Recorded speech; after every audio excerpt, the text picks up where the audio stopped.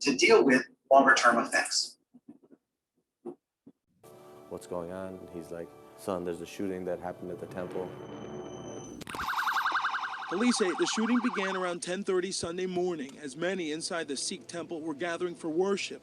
Witnesses said the first shots came outside, inside mayhem. I felt anger. But then I felt this sense of relief that like I wasn't involved in that. I also felt this incredible sense of guilt.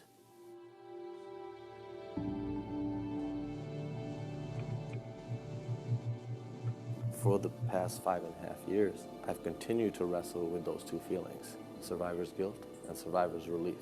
I am just appreciative to live this life, but I also have this guilt of I'm not doing enough. You guys all hear that? When we breathe in suffering and we breathe out healing. Serve to Unite was founded in response to the August 5th, 2012 Sikh temple shooting. It was a means for the Sikh community to transform this atrocity into something inspirational that would bring people together from that day forward.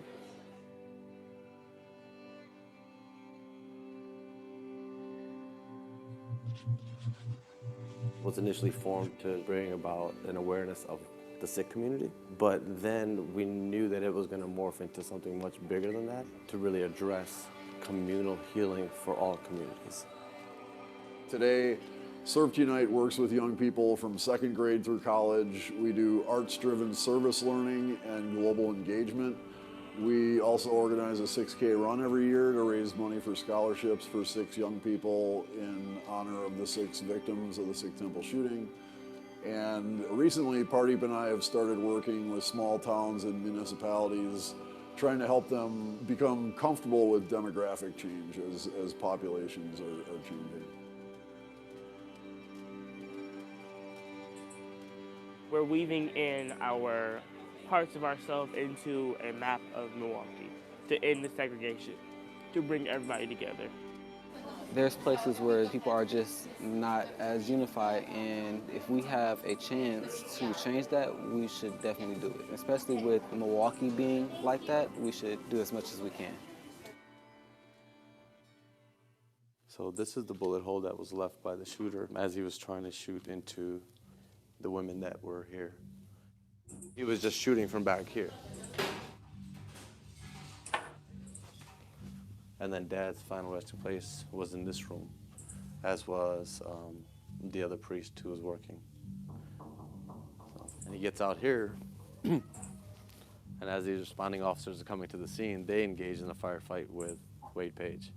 And Wade Page takes his own life.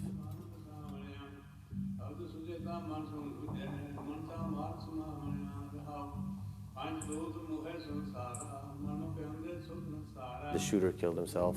There was not much explanation from law enforcement. So I said, let me reach out to Arnold and really find out why white supremacists do these things. In a selfish kind of way, I also wanted someone to raise their hand and say, you know what, I'm responsible for this. In 1987, me and a few friends of mine started a white power skinhead gang in Milwaukee. We started our own white power skinhead band also. And our band was very much a rallying point for like every pissed off white kid in Wisconsin. We must secure the existence of our race and the future of white children. We stoked their anger and their angst, and we blamed it on Jewish people, we blamed it on people of color, we blamed it on gay people. We later got involved in the early stages of what today is known as Hammerskin Nation, and that's the largest organized white power skinhead group on the planet Earth. So nowadays, when violence is perpetrated by this group, I feel a great deal of responsibility. And speaking of which, Wade Michael Page, the man who murdered Pardeep's father and 5 other people, was a member of that group. I brought that to my buddy Paul. Basically brought about an inner conversation where I'm saying, where do you get off thinking that you're gonna go waltzing off into the sunset after all of the people you hurt, after all of the harm you've done? I left the movement in 1994. That's a pretty significant On paper, we couldn't have been more different, but when we sat down and talked, we saw how much we had in common, and it hit us at that point, like, we need to work together. We gotta do something together to basically get this message out to the world, and the more people we can help understand this, the better off we're all gonna be. Oh yeah, the murals. We had a group of people who like painted murals on the walls in our school, and they had like positive messages and like things to bring the community together. We've also been doing like art. We like to connect art. People of the high school age, that they're the next generation. So it's important to me for them to have a good community for themselves, which will bring a better community for the younger generation and for generations to come. If we're gonna be the antidote for what's wrong with our society, we really gotta focus on what's right. In my experience, what's right is the truth that human beings have more in common than different. The more voids that a child has, the more vulnerabilities. So filling those voids with sort of wraparound programming, it takes a village to raise a child. And somehow, some way, we step back from that saying. But I think that saying is more true now than ever. It takes a village to really nurture a child.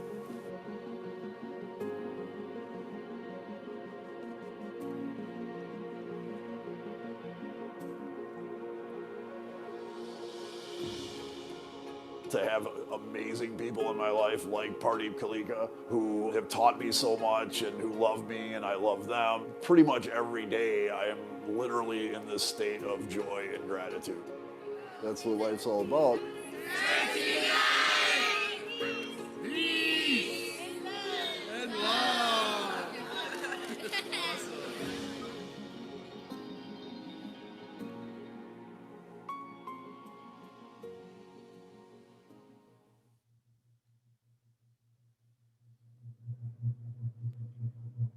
Good afternoon, everyone. I'd like to thank you all for including me in your day, and thank you all for the work that you're doing to make diversity, equity, and inclusion a normal thing in our society. I think that's so sorely needed. I would also love to thank my guy Kenny Anderson for inviting me and sticking with me for over a year to reschedule this event. Super grateful to Kenny, as well as Amy and Alicia, Tiffany, and everyone else who worked so hard to make this event happen. It's really a beautiful thing when people come together for a common cause and help each other and really demonstrate how powerful diversity is and how crucial diversity is for not only businesses and organizations, but for our society in general. Another thing I'm very grateful for is that the name of this keynote was chosen as the Forgiveness Project.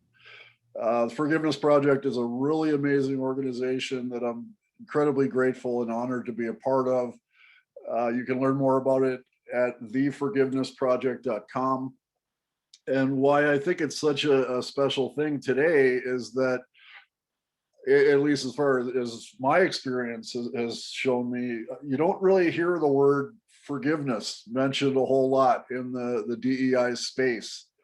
When you do hear it, a lot of times it's done in a questioning way to say, why do we have to forgive? Why should marginalized people have to forgive? So it's kind of a doubt of forgiveness is the context that's most often heard. But as I think was conveyed well in that intro video, and as I hope will be conveyed in my story, forgiveness is an incredibly powerful tool that is available to all human beings. And when we leave it on the table and don't make full use of it to the best of our ability, it can really hamper our ability to heal and to serve others. And that's why I'm a huge advocate of forgiveness now in all sorts of senses. I'll never forget when I was asked to be part of the Forgiveness Project. I was at a conference in Dublin, Ireland. It was called the Summit Against Violent Extremism. And it was convened by Google Ideas, which is now Jigsaw, as well as the Council on Foreign Relations and the Tribeca Film Festival. there were some very heavy hitters at this conference. Eric Schmidt, the vice president of Google, was there. Farah Pandith, who was the advisor to President Obama on Muslim affairs at the time. Really high level people from the public sector, from the private sector, from academia. But there was also a large group of people there. About half of the attendees were either former violent extremists like myself or survivors of violent extremism, people who had been victims of terrorist attacks, who had lost limbs in bombings, who had lost children, people who had survived kidnapping and rape. And it was meeting those people that was really most powerful for me. It was cool to connect with all the other formers, the former violent extremists, of which I count myself as one. And it was funny because this is at a really swanky hotel in Dublin, Ireland. Google spared no expense to really make it a special thing for everybody, and we appreciated that. And entering the hotel, there was this giant atrium that was probably like 4 or 5 stories high, and you took these big long escalators halfway up and then the other rest of the way up, and at the top was like this kind of floating platform that was the hotel bar. And when I first came off that escalator, it struck me like the bar looked like the Star Wars cantina. There was like just this incredible array of people there, and I could tell who all the formers were. These are like guys missing ears and arms and covered with tattoos and scars. And I'm like, oh, this is, as I would learn later, the formers were not only former white nationalists like myself, but former gang members from Cape Town, South Africa, or Rio de Janeiro, or Los Angeles, and former violent Islamists from all different groups. There was former Al Qaeda there, former, this is actually pre-ISIS kind of, but there were people who were involved in like the proto groups that formed ISIS, as well as every other form of violent extremism you could imagine. There were former militants from both sides of the Israeli-Palestine conflict, former militants from the Northern Ireland conflict.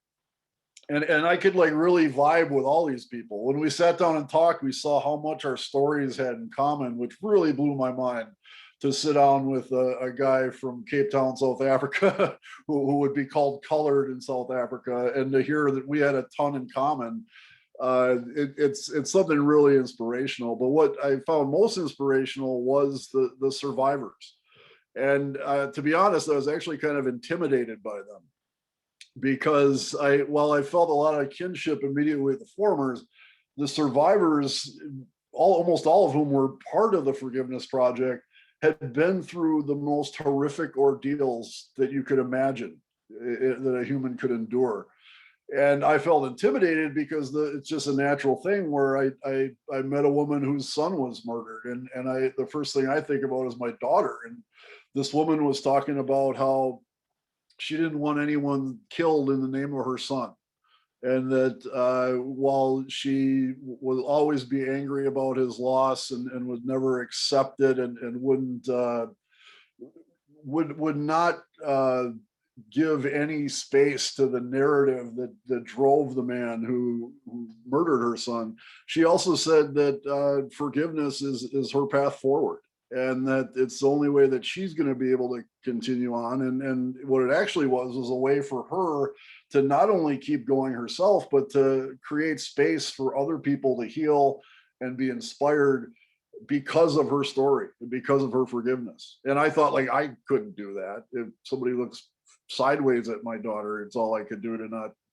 put my hands on it. I couldn't imagine how I would feel or how I would react if someone hurt my daughter, or if, God forbid, someone killed my daughter. And so when Marina Cantacuzino, the founder of the Forgiveness Project, asked me to be a part of it, I kind of just flat out said no. I'm not worthy to be amongst these amazing people. And I said, second of all, I don't really have to forgive anyone. Like, no one did anything to me. I'm my perpetrator of violence. And she said, well, exactly. And so isn't self-forgiveness a really important part of your journey? And I was like, oh yeah, it is definitely part of my journey, and the light bulb started going off. And then she pointed out as well, because she was familiar with my story, and I'll elaborate more on this shortly, but she knew that the big turnaround in my life that got me to leave white nationalist hate groups was people who I claimed to hate, who treated me with kindness and treated me with compassion when I least deserved it, but when I most needed those things. And in order for someone to do that, they actually almost have to at times go through a process of forgiveness, like on the spot. So if it wasn't for the forgiveness shown to me, I don't know that I could have found my way out of white nationalist hate groups. So with all that being considered, I'm a prime candidate for the Forgiveness Project. And this is in 2011. And since then, I've come to be great friends with many of my peers in the Forgiveness Project. Again, I invite you all to visit theforgivenessproject.com. It's hundreds and hundreds of stories of almost every scenario you could imagine of people who have had experiences with forgiveness that have really saved their lives in many cases. And so it's a great compilation of the power of forgiveness to help individuals heal. And also, I believe it's a very crucial element of appreciating diversity in our society, is the ability not to be stuck in a rut or stuck in a grudge, and not to let anger and past trauma lead us around by the nose, and instead being able to feel that trauma and understand it, and begin a healing process, and eventually even bring us to a point where we can help other people heal their trauma as well. So looking forward to a very robust question and answer session in a little bit. I encourage you all to think of questions as I speak, and don't be shy about those questions. I love getting questions I've never had before. And I especially love tough questions. I want to be challenged. I want to learn, and I want to grow, and hopefully all of us can do some learning and growing in the time that we have together today. I am going to answer two questions off the bat here, and these are likely first and foremost in many people's minds when they hear of someone who is a former white nationalist. The number one question I get is, what made you change? And the number two question I get is, what made you a white nationalist? So I'm going to begin with some storytelling that will answer both of those questions. And if there's anything I don't cover in relation to those questions, absolutely feel free to bring them up in the Q&A. I've learned a lot in my 50 years of life, and in the past 11 years since the MLK holiday of 2010, which is the day that I went public with my story, and it really dedicated myself to bringing about a world where all people are valued and included. And I've learned these things by listening to other people. And one of the most profound things I've heard and learned, and I actually use this on a daily basis, and this is really compassion in action, is a very simple truth. And it's 4 words, 2 of which are repeated, and it's simply hurt people, hurt people. All violence, I believe, stems from suffering. It's, to me, it's elementary that if someone has a sense of inner peace and they're doing well in life, and they've maybe been through some trauma, but they found a way to process it in a healthy way, they have no impetus to treat anybody else poorly. They have no reason to hate people. They have no reason to harm people. But it's when we go through trauma and we don't find a healthy way to process that trauma that we have a tendency as human beings to pass that trauma on to other people. And I think every single person here has had one of those days where, you're on the proverbial wrong side of the bed in the morning when you wake up and everything's seeming to go wrong. And, maybe you get to work and you had a really rough drive through traffic. And when you come into work and somebody's like, hey, good morning. And you're just like, rah. It's not a good morning, actually. Like that's an example of that. Like you don't have anything against this person who said good morning to you, but when they're all chipper and bright-eyed and bushy-tailed and you're having a really rough time, you have a tendency to be like, rah, and you just kind of lash out. So it's something that we do on all sorts of levels. And I believe that all violence, whether it's a nasty comment on social media or it's bullying in a hallway at a school or it's a mass murder or a world war, all of this violence stems from trauma on one level or another. And when we say hurt people, just in our own heads, that reminds us of that truth. And it creates space for us to, instead of replying to aggression with aggression, we can respond to that aggression with compassion, which is it's a much healthier thing for us, rather than being wrapped up in someone else's aggression and being controlled by it and led by the nose by it. Compassion gives us space to bring things back to our inner peace and to connect ourselves with our intentions and ask, like, is it really my intention to like lash out at this guy who just did something offensive to me or just did something rude to me? Or do I want to, first of all, have an sense of inner peace for myself? And do I want to be that light shining in the world to help lead people who are suffering to a better place? When you say hurt people, it creates all those dynamics and helps you actually move to a point where you are now back in control of your emotions and your thoughts and your actions. So to answer the question of how did I get involved in white nationalism, hurt people is the simple answer. Now, if somebody saw my childhood from afar, they would think it was pretty idyllic. I grew up in a nice house in a nice neighborhood in a northern suburb of Milwaukee, Wisconsin. It's very well to do, very peaceful, very safe, very, very beautiful. I was raised by my mother and my father. Both of them, they were together. They both loved me very, very much, and they let me know that at every turn. And really, all the adults in my life would fawn over me about what a wonderful, bright, genius kid I was, and how special I was. And so you would wonder, like, why would a kid with all this going for them devolve to the point where they become a very violent white nationalist? And the answer is trauma. It was suffering. Beneath the veneer of an ideal childhood was my father's alcoholism. And I want to be very intentional in saying that alcoholism is a disease, and my father to this day does the best he can while having that disease and living with it. He was doing the best he could when I was a kid. My father was not abusive. He wasn't violent. In fact, I always say my dad was a fun drunk.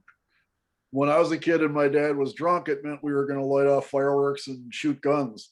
And for me as a little kid, that was great. It was a lot of fun.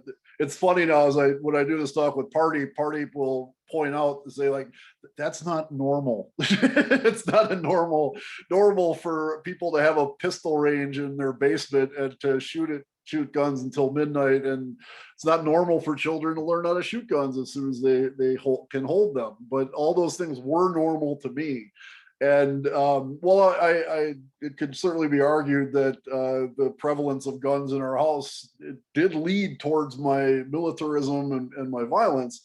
It wasn't like direct abuse from my dad that hurt me as a child. It was the way that his alcoholism stressed out my mom. The aforementioned shooting range in the basement was one of many, many examples, but as my father drank, he did not make all the money and really lead the household as he had intended and as he wanted to. And so it meant that my mom very often had to work 2 jobs to keep the lights on and the bills paid and food on the table in our nice house in a nice neighborhood while my dad was out partying. And then she'd be exhausted from working 2 jobs and trying to go to sleep. And we're in the basement shooting pistols until midnight. And she would come down and scream at us, and I would see her as the big party pooper. And I never thought that, like, maybe mom's exhausted from working and she's trying to get to sleep, and you can't really do that when people are shooting guns the floor below you. My father and mother's relationship was miserable. They were constantly fighting, constantly stressed out about money. And I really saw my mother's suffering as my greatest pain point when I grew up. But instead of being a good kid and being like, hey, mom, I'm sorry you're suffering. How can I help? I love you. Instead of doing that, I just started to distance myself from my mom and distance myself from my dad, who, despite his disease, loved me very much and was trying to do his best. And as I distanced myself from the people who loved me most and who were closest to me, I started lashing out at the world around me. So I started out as a bully on the school bus in kindergarten. I got a kick out of terrorizing other kids and having their parents come on the bus and yell at me. And when that got old, I would start organizing other kids to beat up kids and to do my bullying for me. And this would come to a head with the principal sitting down our entire school bus to yell at us. And when I say us, I really mean me, because she knew I was the ringleader in all this misbehavior that was happening. And I'll never forget, as the principal's like letting us have it and really yelling at me in front of all the other kids on the bus, I had a light bulb go off because I'm a gifted genius. And I got up and I stopped her in her tracks and I said, you know what? All these kids are afraid to get in trouble, but I'm not. So there's nothing you can do to me. And the principal was like, and all these kids were like, and I was just like, yeah, like I feel this rush of power now. I'm not only like controlling how all these other kids act, I'm controlling how the principal acts. I'm running things at this school. I have this sense of that, and it was addictive. It was a thrill. It was a unique and sought after form of stimulation that the only way I knew how to get it was to continue to act out and to continue to lash out at people.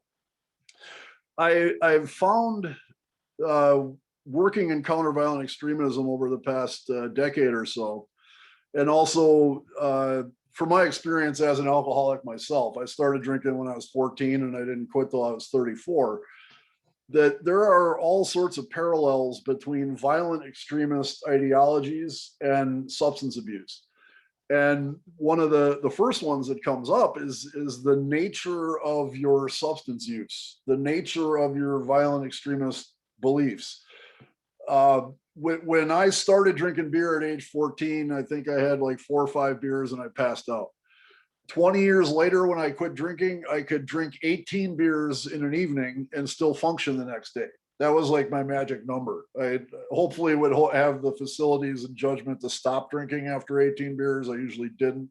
But it's an example of how the substance you're abusing requires a larger and larger dose as your addiction proceeds in order to get the same kind of thrill.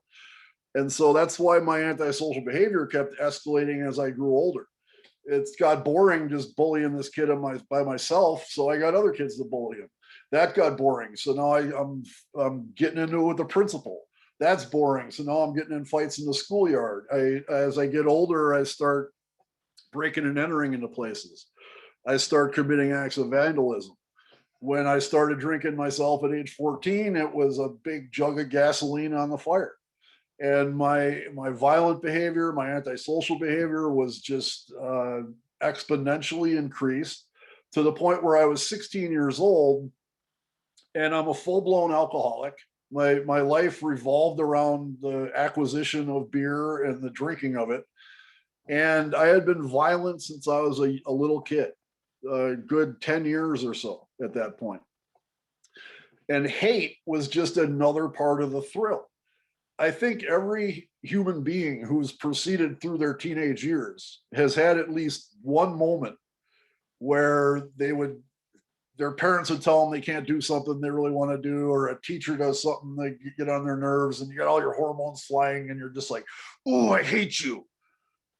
And fortunately for most of us, that feeling just comes and goes. And because we have a great family, or because we have some sort of support system, and because we've been taught better, we don't like dwell on that I hate you feeling, and we just kind of move on with it.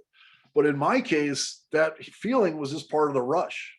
So I was not only like, oh, I hate my parents, but I hate this town, and I hate this school, and I hate cops, and I hate the government. Like, I could just go on and on about this whole list of people and things that I hated. And it felt like a rush every time I said it. So that's who I was when I was exposed to white nationalist ideology through white power skinhead music. This music told me that the reason I was hateful and the reason I was violent was because I was a part of the mighty white race. And first of all, there was such a thing as the white race. That's step one. You have to buy that and buy into it fully. And then you have to count yourself as part of it. Now, once you've done that, you have to see the white race as this very precious and endangered entity that is under threat from everything else on earth, including its own white people. And once you buy into that, then your logical next step is that, well, you're going to do something about it. If you don't fight for the white race, it's going to be destroyed. The white people on this planet are going to be wiped out. There's an active genocide against white people being waged as we speak. Now, I hope that sounds ridiculous to everyone in attendance here. But to 16-year-old Arno, that was literally music to my ears, because it was a thrill, because it gave focus and meaning to all these very ill feelings that I was already wrought with. And best of all, because it really pissed people off, because civil society was so repulsed by the idea of white nationalism, by the idea of a swastika. Now, I wasn't ignorant at that point as to why people found swastikas repulsive. I was aware of the Holocaust. I had seen videos of concentration camps being liberated in English class. And rather than form compassion from witnessing that horror, as a healthy person should, I used it as a way to turn the table and make myself a victim. I'm largely of German and Northern European heritage.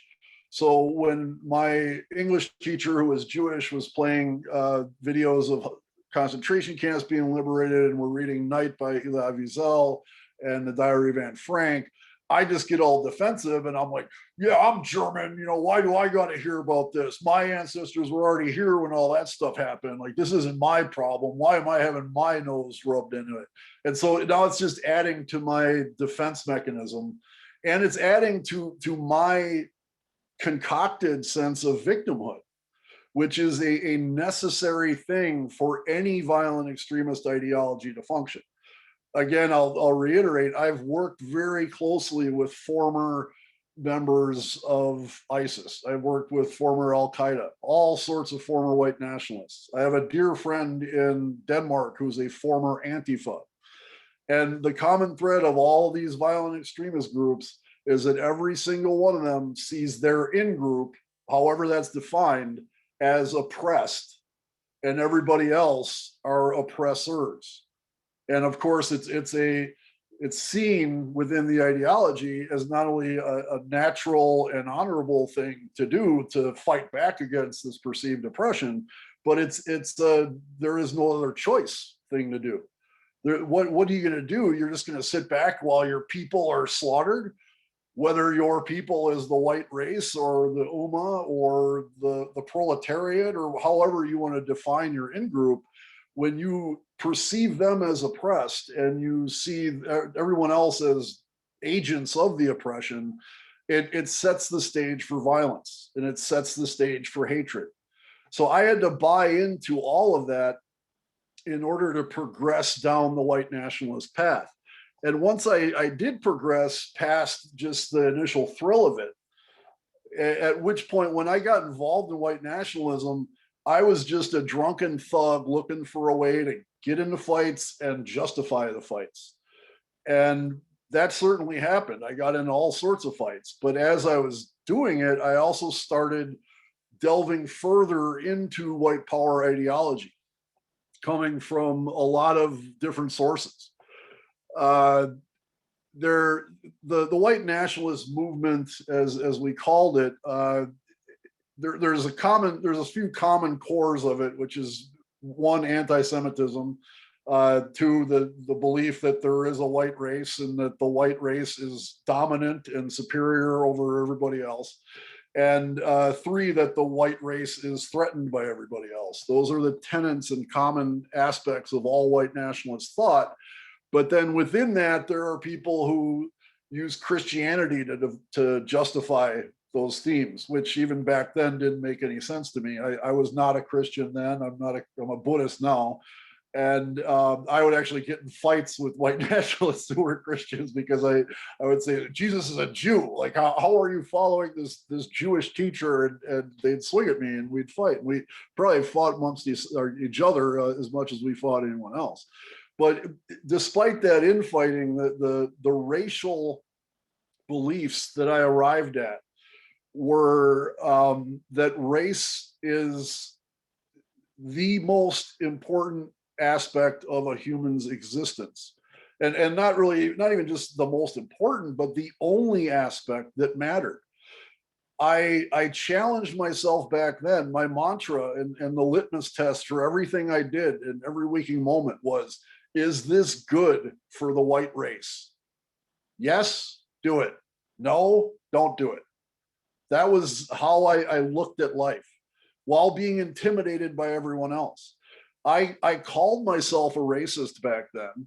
And the way that I defined racist was someone who makes every decision based on race. That was, and I would say, yeah, that's who I am. That's what I do. That's racism to me.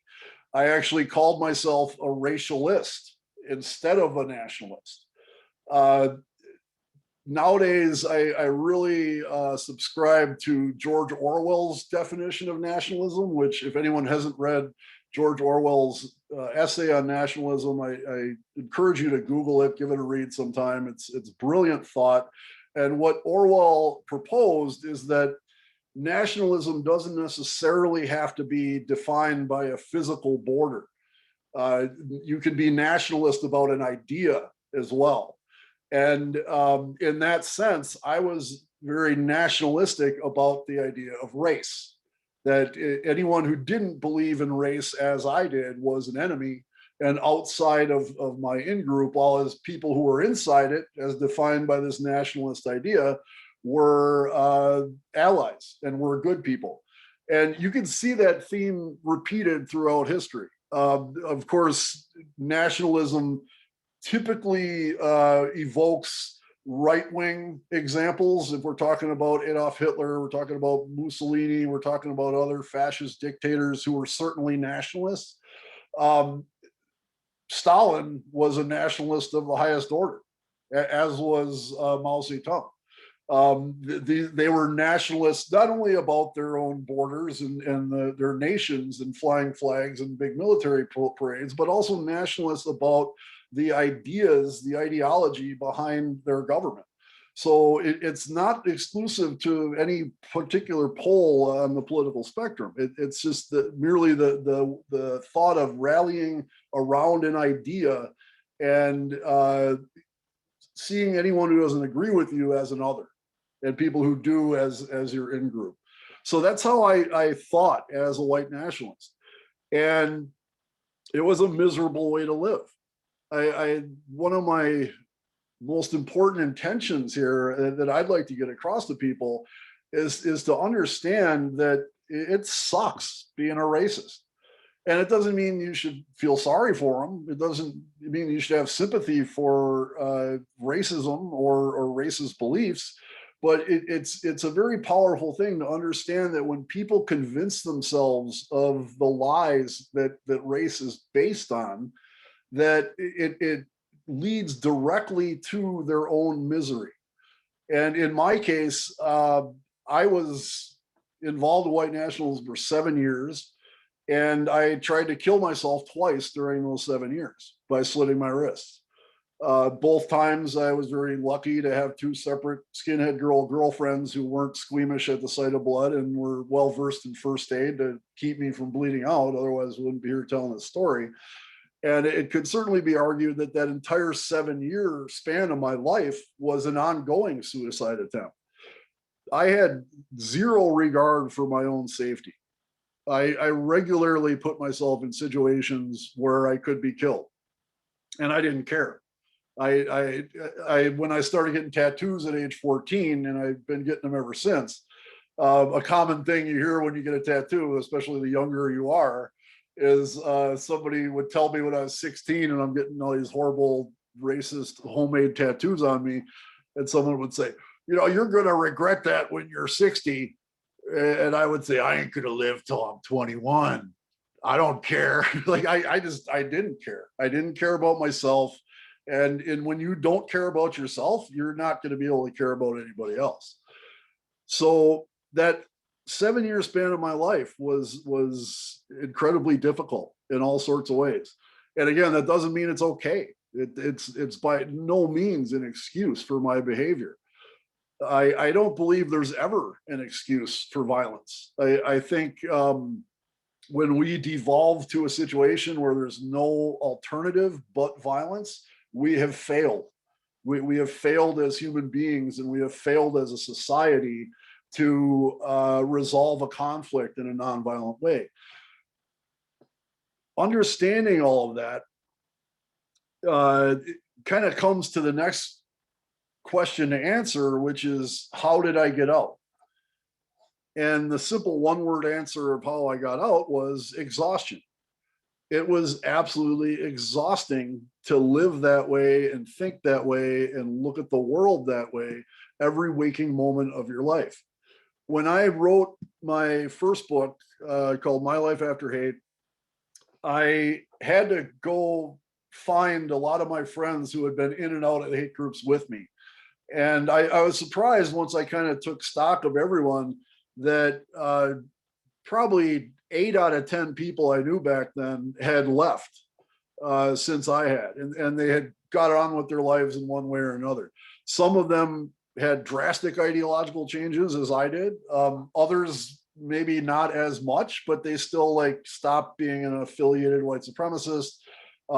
Even the guys who didn't change a whole lot ideologically, I saw them soften and grow and become parents and business owners and really start to connect with human beings and finding humanity more important than race. And seeing all these people do that was a huge inspiration to me. And it also brought up some common questions as I was going around interviewing my friends, which I needed to do because I was such a drunk that a lot of that 7 years was very, very hazy. I think I could conservatively say that of that 7 year span, I probably spent a good month of it completely blacked out. And again, that's no excuse. I don't mention that to soften the harm of what I've done, but it's just a matter of fact thing to say well, it's hard for me to tell a story when I don't remember what happened. So I had to go to my friends and be like, hey, what do you remember happening? And then as I did that, I started asking them the same questions that you may want to ask of me. How did you get into this? How did you get out? And again, there's all sorts of common threads coming through. And one of my friends, when I asked him how he got out or why he got out, he just said, I was sick of being intimidated all the time. That having that belief system essentially puts you at war with all the other human beings on the face of the earth. Anybody who's not deemed white in your eyes is by default an enemy. And anybody who is white and isn't on your side, and by on your side, I don't mean just like an armchair bystander, I mean like an active, outspoken, violent white racist. Anybody who's not like that is an enemy as well. And they're actually an enemy of the highest order. As you can imagine, white nationalists have a big long list of people that they hate. And pretty much everyone is on that list. And at the top of the list, their most hated demographic of person is what they call a race traitor, which is a white person who is not fighting for the survival of their race. That's who white nationalists hate most. So picture yourself living with every waking moment surrounded by perceived enemies and feeling like you're constantly going to be attacked, feeling like there's no safe place. Now, I understand that there are people who feel that way for very good reason. Race has been wreaking incredible suffering upon humanity for centuries, and it continues to. And I don't know what it's like to be despised because of the color of my skin, to be denied participation in society because of the amount of melanin I have in my skin. And so I'm not speaking to that experience. I don't know anything about that experience other than what I have learned from listening to people who have had it. And so with all respect to that, I understand that there are some people who very in a legitimate way feel that the world's coming down on them every waking moment. And that sucks. Like I want to change that. All the work that I do today is to work toward a society where people do feel safe and included and as part of a greater whole rather than as an outcast for whatever reason. But when you live that way for 7 years, it's exhausting. I was exhausted knowing that what I was doing was wrong. As I first became a white nationalist, there were times like as I was hitting someone, where as my fist hits somebody's face, there's an inner voice saying, "What is wrong with you?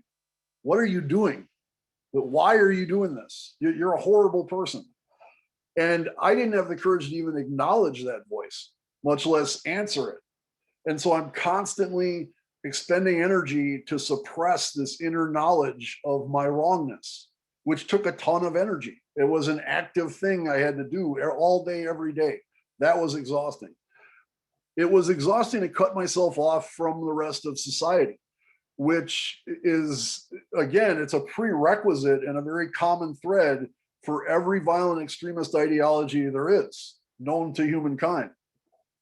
And the semantics may differ, but the dynamics and the thought process are all the same. When I was a white nationalist, I was taught that all media was controlled by Jews and that all it was there for was to pump out propaganda to destroy the white race. And what this meant was that everything on TV was part of a Jewish plot to kill my people. Every movie coming out of Hollywood or elsewhere that was shown on a screen was part of a Jewish plot to kill all the white people on the planet Earth. The Green Bay Packers and the entire NFL and all pro sports were all part of this Jewish plot to dumb down white people and make them easier to oppress. I thought like that all day, every day. And it's exhausting for anyone to think like that. But for me, someone who's always been a very curious person, I've also, my entire life, I've been a film, TV, music, sports geek. And to this day, I love all those things. I literally like love watching sports. I love watching TV. I love a good story. And when I was a white nationalist, that was all forbidden. So being from Wisconsin, I'm part. We put like styrofoam cheese things on our head. Pretty much everybody's a member of it.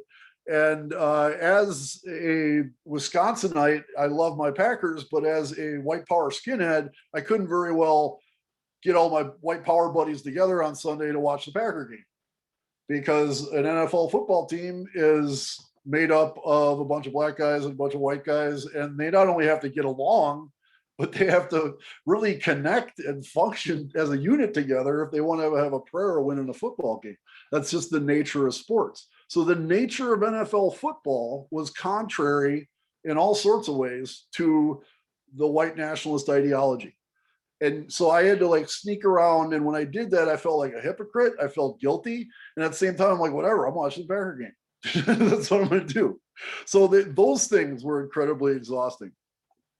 What was most exhausting, though, was when people who I claimed to hate treated me with kindness. And I was very fortunate that throughout the 7-year period I was involved in white nationalism, time after time, person after person, people who I claimed to hate refused to capitulate to my hostility. And instead, they demonstrated for me how human beings should treat each other. Now, it's very important to understand that everything I was trying to be during that span of my life was about hate and aggression and hostility. Everywhere I went, every interaction I had was done with the intention of provoking hostility directed at me, provoking hate directed at me. And there were plenty of people who saw me, and to paint a picture for you, you saw a couple of the pictures in the opening video, but I had a shaved head back then. I was typically had stitches on my head from here or there. I had swastikas tattooed all over my body. I wore a flight jacket with swastika patches on it. There was really no mistaking what my deal was and who I was and how I act and what I was about. And this was all day, every day. This was going to work. This was at work. This is going to the grocery store. This is everywhere I went. That indeed plenty of people who did not respond kindly to that. And every time that happened, I won. Every time that my presence provoked violence, I was victorious. It didn't matter if I got beat up or if I beat someone else up. And even though I'm a big dude and I did beat plenty of people up, I'm also very uncoordinated. And there were times when I got mixed up with people who knew how to box and I just got my clock clean, deservedly so. But even in those circumstances where I got beat up badly, it didn't make me any less hateful or violent. All it did was justify all of my separatism, all of my hate, all of my nationalism was justified every time I engaged in violence, every time I talked about violence, every time I screamed about violence on stage with my band. That cemented who I was as my identity. Now, instead of being putty in my hands and responded to my hostility with some of their own, very brave people like a Jewish boss, a lesbian supervisor, Black and Latino coworkers refused to capitulate to my hostility and instead said, hey man, this is not the way to live your life. There's a great, big, beautiful human family out here that's just waiting for you. Anytime you want to put your nonsense aside, you can come be a part of it. And that was said to me through acts of kindness. When I got my first full-time job, it was at a high school friend of my mom's factory. He had a factory where they printed t-shirts. And my mom actually worked there. One of her many jobs was doing pre-press artwork for these t-shirts. And so she knew the owner of the company. His name's Jack. And when I dropped out of high school, my mom, being a very practical person, is like, well, all right, and they tried to keep me in school, but I was just completely off the rails and out of anybody's control. And they said, okay, if you're going to quit school, you better go get a job because we don't have money to support you. And on top of this, I moved out of my house when I was 16 into a house full of punk rockers in a very diverse part of Milwaukee. We very quickly drove all the punk rockers out and replaced them with skinheads until we had this very hateful, violent skinhead house. But that was when my mom asked Jack to give me a job. And he said, sure. And I started working when I was 16. I worked third shift, 40 hours a week, printing t-shirts. And I was very outspoken about my racism at work. I like I said, I had swastikas all over me. And this got back to my mom that I was wearing swastikas to work. And she was mortified because neither her nor my father were racist whatsoever as I grew up. And my mom especially to this day is a very like progressive, open, multicultural, prototypical child of the 60s. And my mom was mortified to learn that I was running around with swastikas on me. And she was humiliated. And she called Jack up in tears and said, I understand if you fire my son. I'd fire him if I were you. Like, I wouldn't put up with that. And rather than fire me, Jack goes, he's a good kid. He's just going through a phase. And instead of firing me, he let me keep my job, and he gave my skinhead buddies jobs, selling the t-shirts that I printed on the phone. So here we were at our drunken hovel that we lived in at our skinhead house, blasting white power, anti-Semitic music all the time, making music like that, drinking ourselves into oblivion, talking about how Jews are out to kill all the white people, and black people are all lazy savages who are living off of our hard work. And then I would go to work and be too hungover. Most times I'd go to work, I was either drunk or hungover when I got there, and I rarely had the time or facilities to prepare a lunch for myself. And I usually didn't have money to buy lunch out of a vending machine. And there were numerous times, and I'd be sitting in the corner of the break room at lunchtime, just in this collapsed, pathetic, hungover hovel. And one of my black coworkers who knew what I was all about, he'd see me in the corner there, and he'd unwrap his lunch, and he'd have a sandwich cut in half, and he'd be like, hey, skinhead, you hungry? You look like you could use something to eat. And the last thing I want to do as a skinhead is accept this kind offer of food, because I'm a white man, I'm superior, I don't need help from anybody, especially not a black coworker. But hunger is a pretty powerful motivator. So I would get up and I'd go across the room, snatch the sandwich out of his hand, go back in the corner and wolf it down, not even say thank you. And my coworker, his name was Lonnie, he would just, kind of shake his head, and he'd go back to eating the rest of his lunch and talking about the Packer game with all of our coworkers.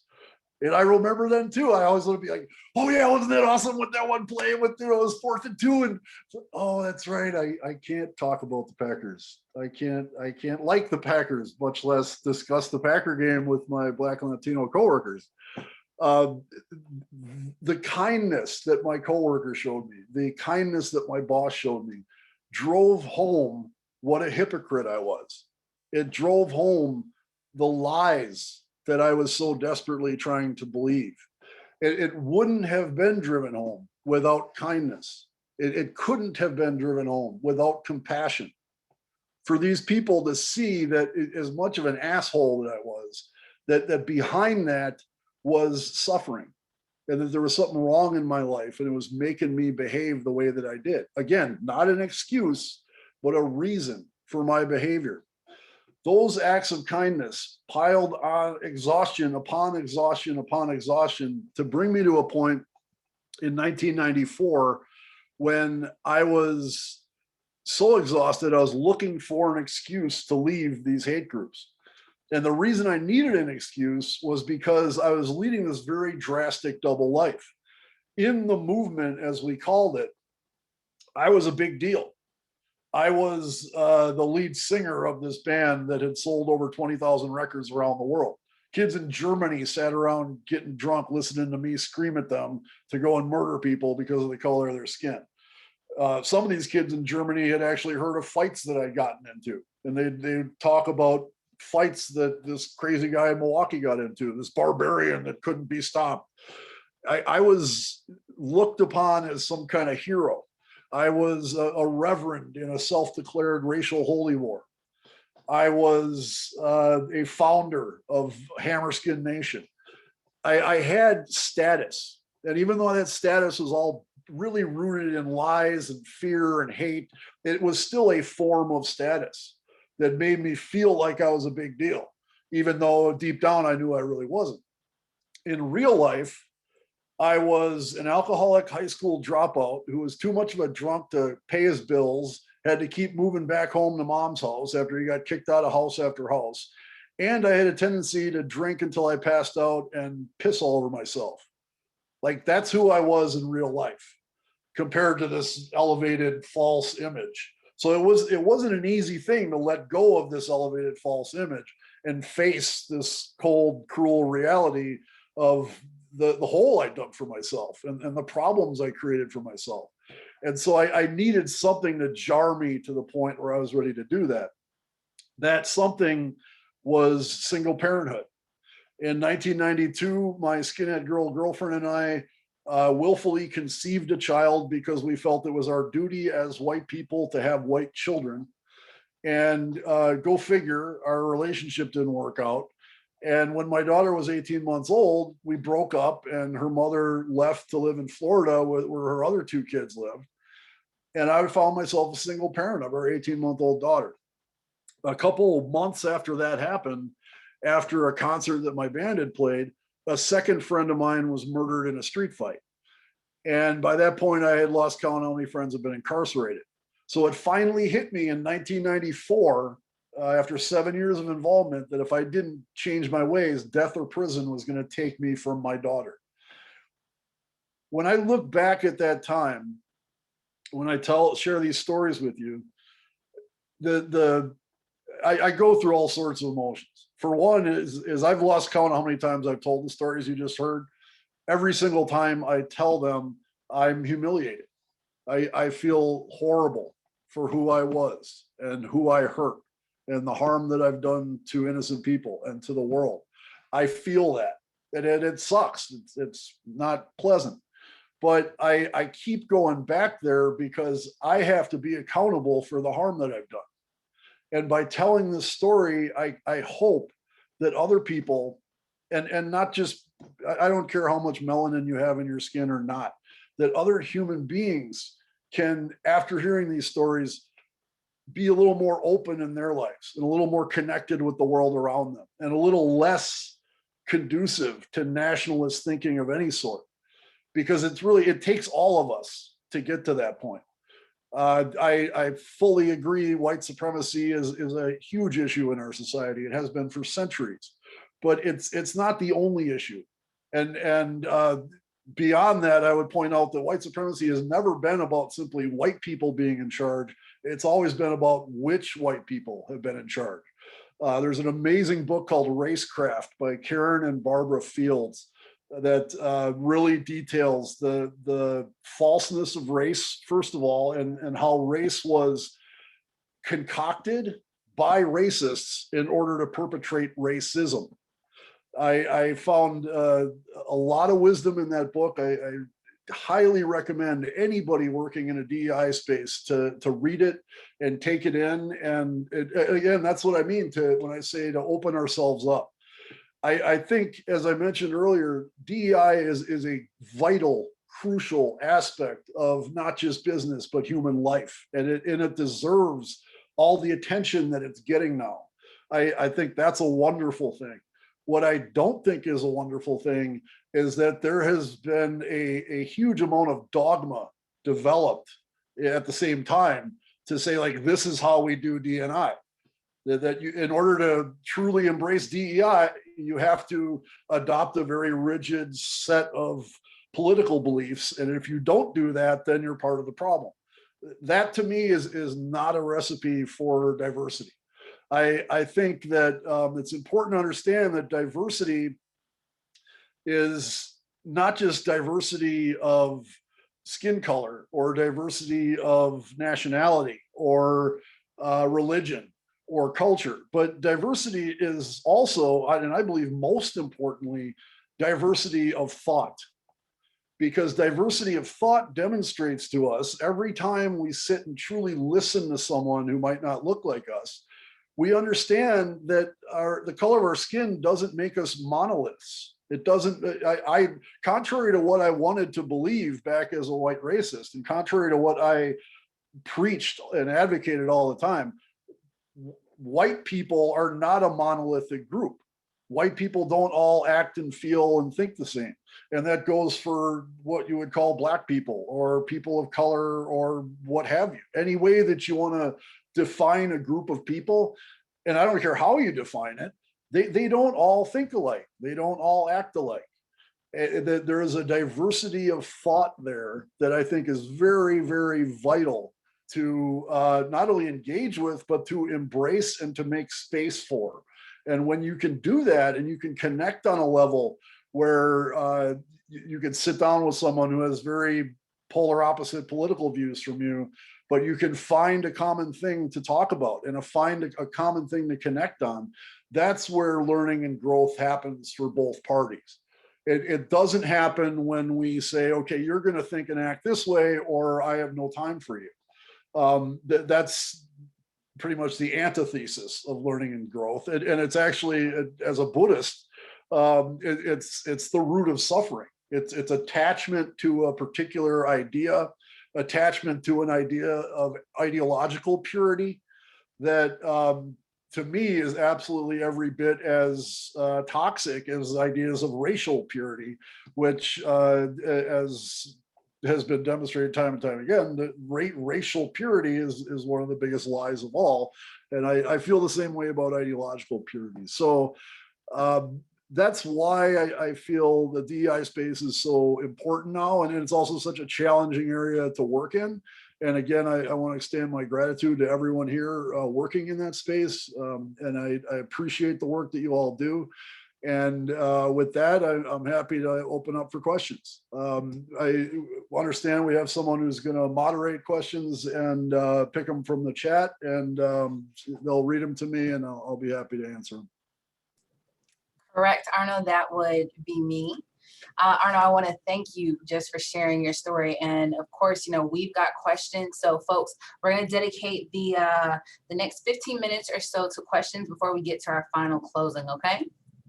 Alrighty, Arno. So our first question, and some of these have been upvoted. So these are the questions. I'm going to hit those ones that have been most popular so far. So one of the first questions is, how did you learn about the people that have become a part of the Forgiveness Compassion Project? How did you find them, and how did you learn about their stories? My first experience with the Forgiveness Project, as I mentioned, was attending this conference in Dublin, Ireland. And if you go to the forgivenessproject.com, basically their format is they'll have a great bit of photography. The photo of me in there is one of my favorite photos. It's also from about 10 years ago, and I'm a bit chunkier now, so it makes me think of that. But it's great photography along with a great story. And I met a lot of my peers in the Forgiveness Project through that conference. And then, as you guys know, in the DEI space, like you get into a particular industry or a particular space where you work in, and you start understanding what a small world it is. So a lot of my dear friends from the Forgiveness Project, who I met in Dublin, Ireland, I would later go on to produce films with, to do service projects with, to do talks with, to do consulting with. I've been very fortunate to travel to 23 countries and do a ton of work with people from all over the world. And a lot of that work was from my connections in the Forgiveness Project and just the kind of network that creates. So I encourage everyone to visit theforgivenessproject.com and just peruse through those stories. You can honestly just throw a dart. Maybe they should have a little randomizer thing that will just bring one up. They have a lot of great content on there that kind of lead you through the stories, but everyone is incredibly powerful. And I really believe that there's something for everyone to relate to there. And it brings to mind a very important truth about forgiveness, which is, it's a personal journey. It's never something that can be prescribed. And I would never say to someone, whether it's a group of people or an individual, I would never say like, you need to forgive. I think it's absolutely out of line to do that in any circumstance. At the same time, I think it's very important and completely justified for people who have personal experiences with forgiveness, as I do, to say, hey, this is my story. This is what I learned about forgiveness. You know, you can take it or leave it. you can find this of interest, you can find it meaningful or not. You know, that's up to each individual as they go through their journey. But that's how I connected with people in the Forgiveness Project. And to this day, unfortunately, I haven't been traveling like I used to because of the pandemic. Prior to the pandemic, I was on the road 8 months of the year, and I absolutely loved every minute of it. And now I've taken one trip since about a year or so ago when everything hit. But I still stay in touch with my Forgiveness Project friends via social media and calls and WhatsApp and stuff like that here and there. And that is very true. Yeah, the pandemic has found a unique way to impact everyone. Absolutely. So you brought up a couple of really interesting points that I think provided our audience an insight into white nationalism, hate groups, and kind of the ideology that is rooted in that. One of the things that you mentioned was trauma. So a question that quite a few of our viewers have, now at where you are in your life, have you discovered that there are any local trainings that help deal with trauma in ways? Because we've got some people saying that that would be a great opportunity for themselves, their staffs, or family, to help their community. So the question again being, are there any local outlets or ways that people can deal with trauma? Brilliant point, Tiffany, and thank you and everybody for kind of arriving on that spot, because it is so important. And again, my response to it, I want to reiterate, is not prescriptive, but again, I'm going to say this is what worked for me. A huge turning point in my life was in 2009 when I began a meditation process, and I since then have meditated regularly. I do 10 minutes a day, and it's really just focusing on my breath. And it's mindfulness practice, essentially. It's bringing your mind to exactly where you are at that point in time. You're not worrying about the future. You're not regretting the past. You are exactly where you are and connected with your full capacity of your brain and your soul and your being with the moment that you're experiencing now.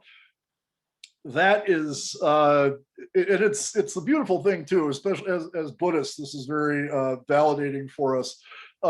Buddhism's been around about 2,500 years, and we're seeing now with advances in neuroscience and even nanotechnology and the human genome, and seeing how our mind, body, and souls like actually function.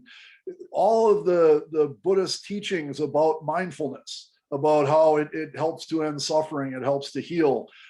These things are being corroborated by the bleeding edge of medical research nowadays, specifically in neuroplasticity, which I think is a really important thing for anybody in DEI to be not only aware of, but to take advantage of the truths of how this works. Neuroplasticity is essentially that our brain cells, first of all, different parts of our brain are attuned to different emotions and processes. We have a part of our brain where anger happens, and we have a part of our brain where forgiveness happens, and a part of our brain where kindness happens, and another part where jealousy happens, and so on. Neuroplasticity, and this is all like demonstrated in labs, looking at neurons, looking at brain cells.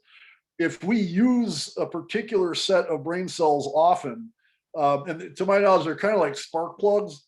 They have a little kind of gap, and in between that gap, there's actually a little firing of an electro impulse that makes those neurons operate. And the more you use a set, the closer those connections grow. So if you're angry all the time, your anger receptors are going to get this close together, and they're going to fire like that, like at the drop of a hat. Whereas if you're not angry very often at all, the whole cell kind of atrophies, and it takes a lot of juice to get it to fire when it's atrophied to that state. And that's true for our anger cells as well as our kindness cells. The more often you're kind, the more those mechanisms grow together, and the easier they fire. So the easier it is to be kind. I talk a lot about these people who were kind to me when I needed it most. And I've done a lot of workshops with I do a lot of corporate stuff, but I really started out in middle schools and high schools, and talking with kids, like understanding the trauma that they go through and what they learn, and the things that I've learned so much from them. they would really, you almost see that neuroplasticity in action as far as like, and kids would ask me, say like, well, who was your boss? Like, why was he able to be kind to you when you needed it most? And the answer, which is again a tenet of the Dharma, the teachings of the Buddha, is practice. When we practice being mindful, when we practice being kind, we practice being forgiving, we practice gratitude, our brain rewires itself to accommodate that. And it becomes who we are, it becomes how we function. And that's what meditation does. It's 10 minutes a day you're devoting to like working out those areas of who you are. You go to the gym and you like move biceps and barbells around to work on your biceps. And meditation is the same thing for the parts of your being that you want to develop.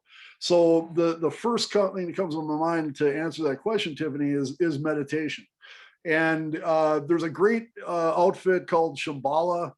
That's the lineage where I took my refuge vow, which is kind of like a voluntary baptism in Buddhism. And if you go to shambhala.org, SHAM, let me actually, I'll copy the link in the chat here.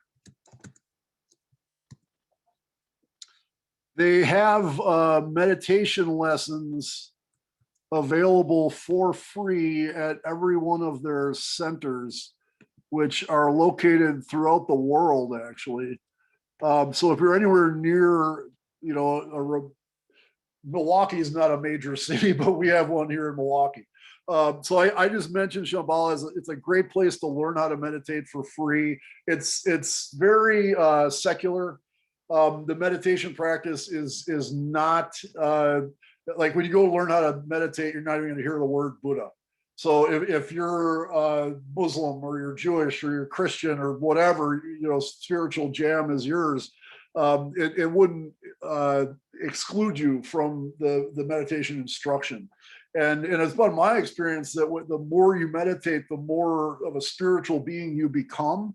So that if you're a meditating Christian, it's gonna like amplify your connection with Jesus Christ and his teachings, rather than be at odds with it. So it's something I really encourage people to do, to the point where I actually try not to sound like a broken record, because a lot of times people are like, oh no, I'm having this problem, I'm having that problem, I should, this is wrong, and every time I'm like, meditate. So I don't want to sound like a broken record, but I do want to encourage people to look into it. And I mentioned Shambhala, it's great meditation instruction, and they're all over the place, and it's free. But if you find another place that teaches meditation that works for you, like by all means, have at it. And if it works for you, it's also a brilliant thing to add to your DEI toolkit. When I do longer workshops, I've done 3.5 hour workshops, and we start out with meditation practice and mindfulness to kind of set the stage to really explore compassion and forgiveness, and to really just like get as present as we can to tell stories and to listen to stories. If you're telling a story to someone, but your mind is wandering about whatever, it's going to diminish the impact of that story, and vice versa. So mindfulness is incredibly important and incredibly empowering practice that is amazing for trauma, because the hallmark of unresolved trauma is a trauma loop. So you had a bad experience at the grocery store when you were a little kid, and it was so bad that you grew up like avoiding grocery stores. And you could be 40 years old, and every time you even pass a grocery store, your soul, your entity of who you are goes back to this trauma you experienced as a kid, and you loop it. You loop the time, and the time between now and then just like diminishes, and all of a sudden you're having that trauma all over again. When you're mindful and you're adept and you're practiced at being where you are at that point in time, it's like an inoculation, vaccination, if you will, against those kind of trauma loops. So it's an incredibly powerful aspect of dealing with trauma.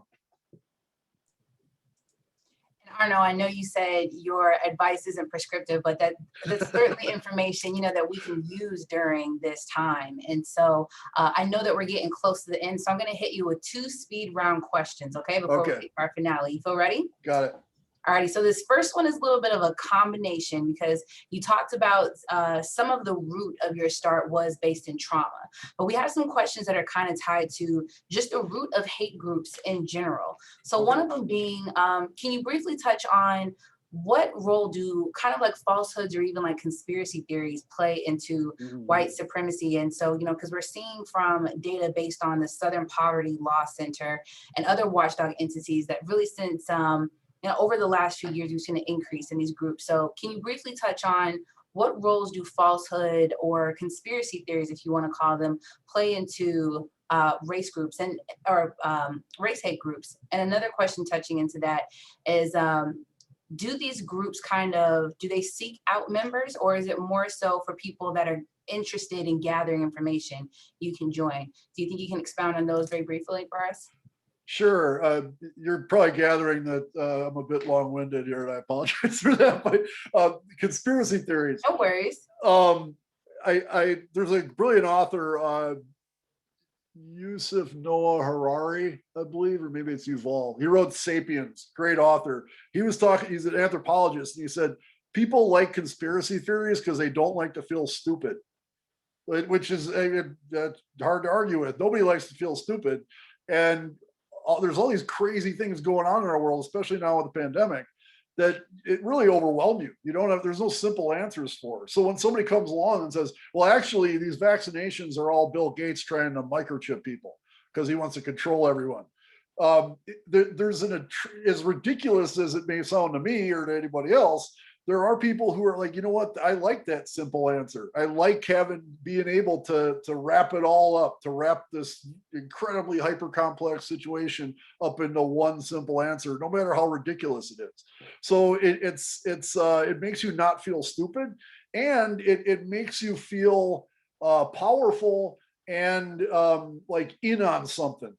So you're like, well, I know that this and that power is trying to make this happen, and everybody else doesn't get. Everybody else is sheep.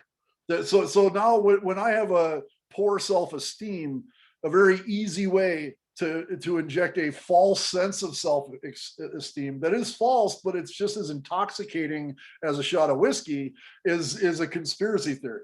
So I think that's what leads to the prevalence of things like QAnon and Pizzagate, and the importance of this is like every single violent extremist narrative there is again, it's wrought with conspiracy theories for those exact same dynamics. As far as the question goes about how these groups operate, they absolutely want to recruit. Back in my day, I'm part of this generation that grew up with no internet, and then halfway through my life, internet. And today, just like everybody else, like I can't imagine not having my phone or not having these connections. But back in my white supremacist days, I had to go around like person to person, be like, hey, let me tell you something, white man. Like I had to actually have those conversations face to face. Nowadays, the seeds for those conversations are spread in a viral way across our information sphere in the form of memes. So you don't even have to reach out and be like, hey, hey kid, let me tell you something about the white race. All you do is you just get these memes out there, and kids will be like, ha ha ha, and they share the meme, and they might, maybe doing it like just out of ignorance, not understanding the hate behind it. And that's how those ideas spread so easily. And while that's happening, there are people in these groups who want to be like, I know a guy in England who was a former English Defense League who now does amazing work. His name's Ivan Humble, common spelling, everybody look him up. He got involved in the English Defense League because there was a Facebook post about Muslim and terrorist clothing attack, and he commented on it going, this is wrong, we got to do something about it. And all of a sudden the EDL guys pounced, and now he gets a private message going, hey, I really like your comment there, this is what you got to do, British comrade, let's get together. And so that's how that recruitment happens. And that makes sense. And thank you so much. I know I kind of snuck in 2 questions there, but the That's more great. information, it's not every day that we have an opportunity to talk with someone that has, as really diverse and unique of a history, as your own. So Arnold, I want to personally thank you, on behalf of the city of Huntsville, our committee that's put on this event, and of course the participants for just providing that insight, that history, and educating us as well about, how different conversations and thought process, can lead to different decisions in life. So again, Arnold, I want to thank you for your time.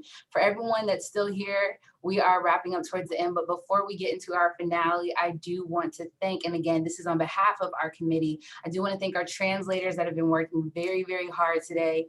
Also, all of our attendees, all of our sponsors, everyone that's been able to participate in this event. But we're going to go ahead and head into our finale. Arnold, again, thank you so much for taking the time to speak with our community. Thank you, Tiffany. Thanks, Kenny. Thanks, everybody. Love you guys.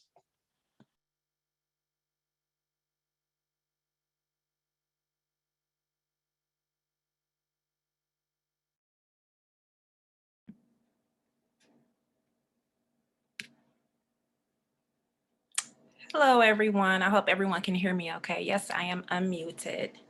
So we've come to the end of our symposium day, and I'm so glad that you all were able to hang out with us, and hopefully you got a good message and some good advice and some things that you can take home.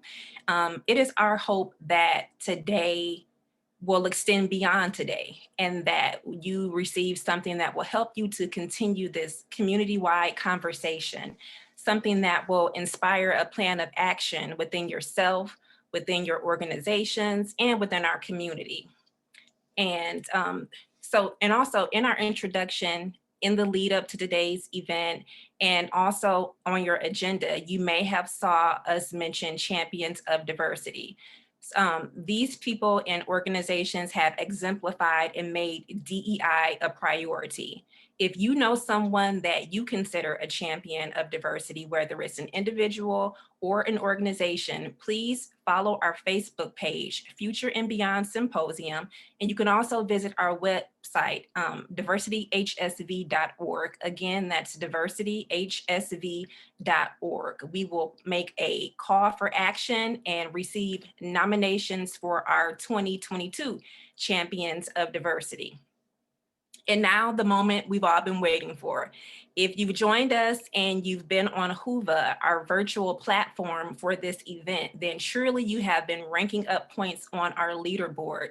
We stopped the leaderboard competition around 3:15 today, and I am so happy to announce our top 3 winners. But before I do, to the winners, if you're on the line, you can start to pick up your items next week, Monday, at Avalon Family Care, and they're located in Madison at 540 Hughes Road, 540 Hughes Road in Madison, Suite 4. They are open Monday through Thursday, 8 a.m. to 5 p.m., and on Friday from 8 a.m. to 12 p.m. Make sure you filled out your profile so we can have your information if we need to contact you. And if you need to contact us, you can shoot us a message on our Facebook page. And again, that Facebook page is Future and Beyond Symposium. So without further ado, I will start with our 3rd place winner, and that is Jennifer Linton. In 2nd place, Elaine Oakes, Oakes. And our 1st place leader on the leaderboard is none other than Jordan Chill City Moore. So congratulations again to all of our leaderboard winners. We are thankful that you took the time to kind of dive in and learn about Whova, and you hung out with us all day.